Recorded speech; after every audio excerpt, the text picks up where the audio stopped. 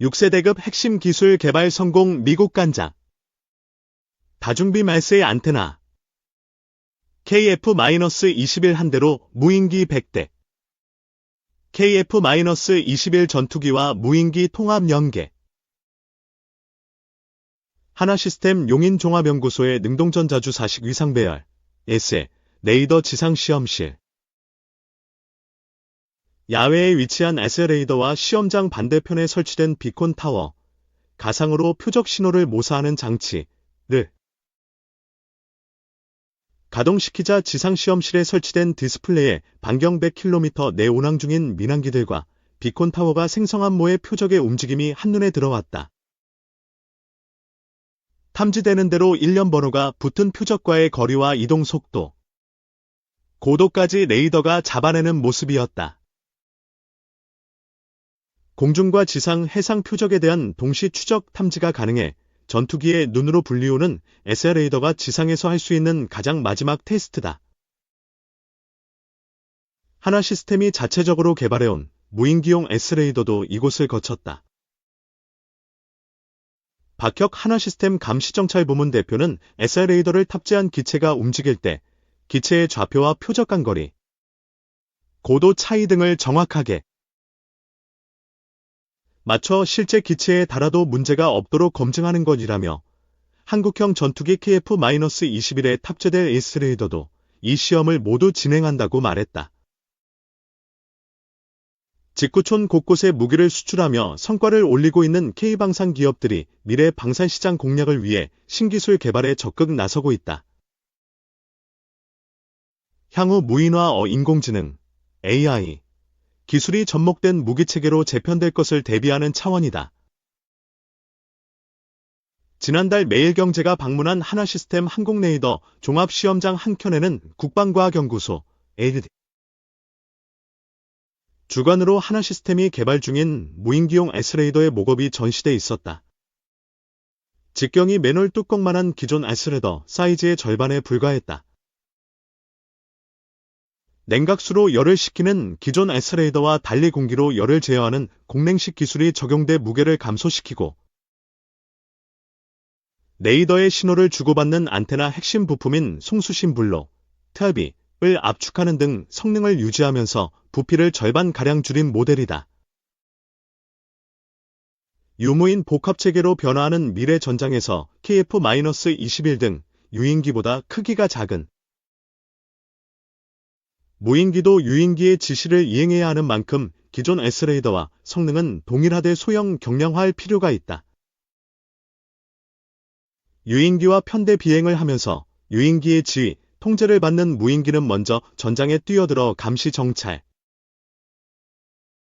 전자파 교란, 정밀 타격 등을 수행해야 하므로 미래 공중전의 승패를 가를 기체로 평가된다. 박 대표는 유인기보다 먼저 전투를 수행할 것으로 예상되는 무인기도 에세 레이더가 필요하다며 공중과 지상, 해상에서 이동하는 적들을 탐지 추적해야 하는 기능을 유지한 채로 개발 중이라고 말했다. 하나시스템은 지난 6월 에이드가 주관하는 무인 전투기용 에세 레이더 기술 개발 과제 우선 협상 대상자로 선정되기 전부터 차분히 준비해왔다.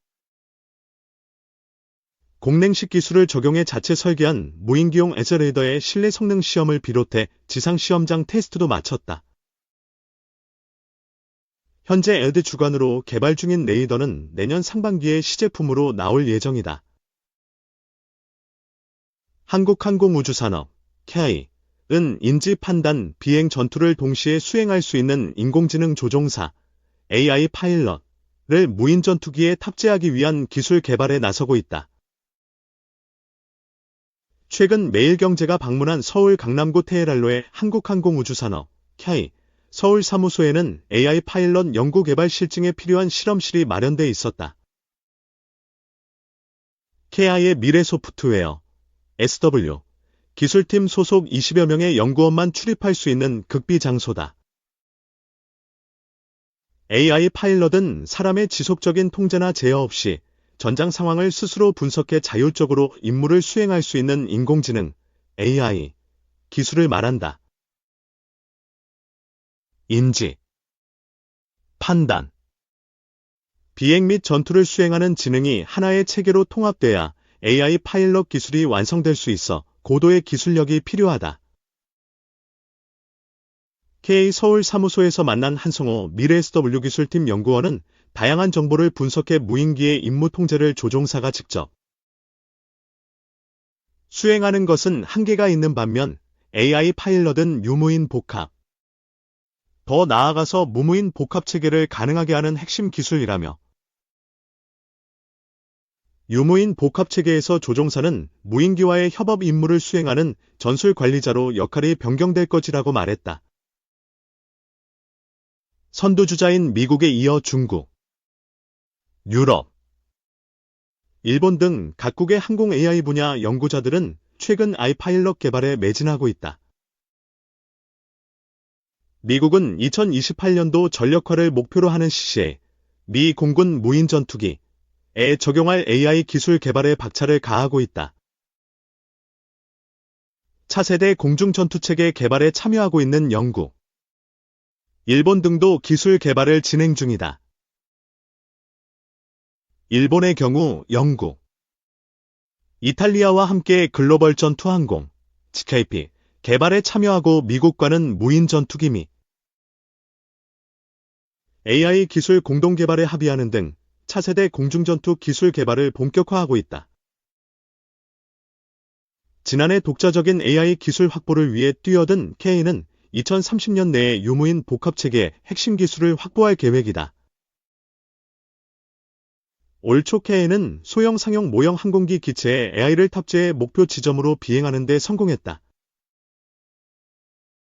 중장기적으로는 K에서 자체 개발 중인 다목적 무인기, APE에 AI 파일럿을 탑재해 비행하는 것을 목표로 내년 중 다목적 무인기의 축소기에 적용할 방침이다. 이르면 2026년에 다목적 무인기 실증도 가능할 것으로 전망된다. 한 연구원은 미 공군의 사례를 보더라도 AI 파일럿 기술을 빨리 성숙시키는 방법은 AI 모델을 개발하는 SW 능력과 이를 플랫폼에 탑재해 시험을 하는 실증 인프라를 확보하는 것이라며 가상환경, 시뮬레이션, 인프라는 한국도 높은 수준에 있다고 볼 수 있으나 이를 실증하기 위한 플랫폼, 기체, 확보 여부가 기술 완성도를 가르는 변수가 될 것이라고 진단했다. 이 북 도발 우려, 한미일 외교장관 정상회의 올해 안개체 노력. 한미일 외교장관은 올해 안에 3국 정상회의를 개최하기 위해 적극 노력하기로 했다. 제79차 유엔 총회 고위급 회의 참석차 뉴욕을 방문한 조태열 외교부 장관과 토니 블링컨 미국 국무장관, 가미카와 요코 일본 외무상은 23일 오후 현지 시각 뉴욕에서 3국 외교장관 회의를 열어 올해 안에 3국 정상회의가 개최되도록 노력하고 이 계기에 한 미일 사무국 설립을 발표하기로 합의했다고 외교부가 밝혔다. 한미일 외교장관은 북한의 최근 우라늄 농축시설과 대륙간탄도미사일, ICBM, 이동식 발사대 공개, 북러 불법 군사협력 등에 대해 우려를 표하고 3국 간 긴밀한 공조하에 국제사회의 유엔 안전보장이사회, 안보리, 결의 이행을 견인하고 북한의 어떠한 도발에 대해서도 단호히 대응하기로 했다. 3국 장관은 남중국해를 포함한 인도태평양 지역 문제에 대해서도 논의했다고 외교부는 전했다. 미국 대선과 일본 자민당 총재 선거에서 미일 지도자 교체가 임박한 가운데 열린 이번 회담에서 3국 외교장관은 지도자가 바뀌어도 한미일 협력이 흔들리지 않을 것이라는 메시지를 거듭 강조했다. 조 장관은 회의 모두 발언에서 오늘 회의는 중요한 정치 이벤트에서도 흔들리지 않는 3자 협력에 대한 우리의 헌신을 보여주는 증거라며 북한의 어떠한 도발에도 긴밀히 협력하고 단호히 대응하려는 우리의 공통된 결의를 보여준다라고 말했다. 이어 한미일은 27년 만에 처음으로 동시에 유엔 안전보장이사회, 안보리, 이사국으로 함께하고 있다며 오늘 회의는 안보리 이사국으로서 국제사회 문제들을 해결하기 위해 긴밀히 협력할 것을 다짐하는 자리라고 강조했다. 블링컨 장관도 일본과 미국이 정치적 전환기를 거치고 있지만 이 3자 협력은 그런 변화와 상관없이 우리가 만들어 나가고자 하는 삼국 모두의 미래에 중요하게 남을 것이라며 삼국 정상, 특히 윤석열 대통령과 기시다, 후미오 총리의 비전과 결단력, 정치적 용기가 3자 협력을 강하게 만든 주된 이유라 생각한다고 강조했다. 가미카와 외무상은 법의 지배에 기반한 자유롭고 개방된 국제 질서가 심각한 도전을 받으면서 우리의 전략적 협력이 그 어느 때보다 중요해지고 있다며 우리는 북한 문제를 비롯한 다양한 분야에서 협력을 강화해 나갈 것이라고 말했다. 한미일 외교장관회의는 지난 2월 주요 20개국 G20 외교장관회의를 계기로 브라질에서 열린 뒤로 약 7개월 만에 개최됐다. 조 장관은 24일에는 브루노 로드리게스 피라야 쿠바 외교장관과 회담을 열어 상호 상주공간 개설 추진 상황을 비롯해 양국 관계 현안을 논의한다. 지난 2월 한국과 쿠바가 수교한 이래 양국 외교장관이 회담하는 것은 이번이 처음이다. 두 나라는 수교 이후 상호 인사를 파견해 공관 개설 작업을 진행하고 있다.